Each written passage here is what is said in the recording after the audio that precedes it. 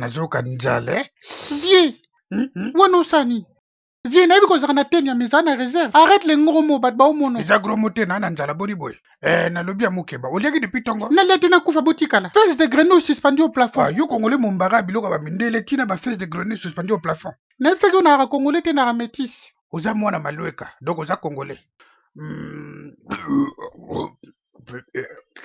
Vieux. Na sentir nuance ya pondo limbondo.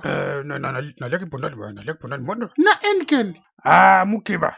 Ata naliaki ona ma lobo. Ebongo seni. Eza biloko mboka. Osangi na lef. L'essentiel naliaka biloko mboka etonda na ba vitamine. Tunanga nini? Loba.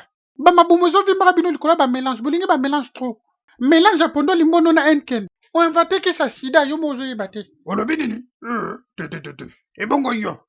Babilo no ba mindelo liaka wana. Oya olia ni en François Hollande.